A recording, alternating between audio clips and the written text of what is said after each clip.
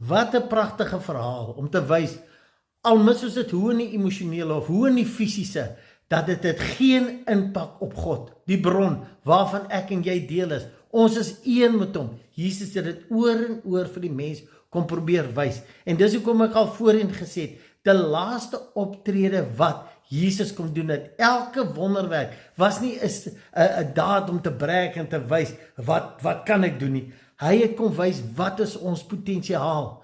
As ons in hierdie identiteit stap, eerstens as ons dit verstaan, as ons potensiaal verstaan, maar ek sê nou vandag vir jou, ons sit onkundig, omdat dit nooit vir ons geleer is nie, want die instansies, die persone wat voor ons, dit vir ons moes geleer het, was ook vasgevang in 'n sisteem van beheer, om die mens te beheer. Hoe meer ons die mens afhanklik van ons, van 'n middelaar, die mens, die kerk of 'n instansie kan kry, hoe meer kan ons dit beheer, en dis nie wat Jesus verkondig het nie.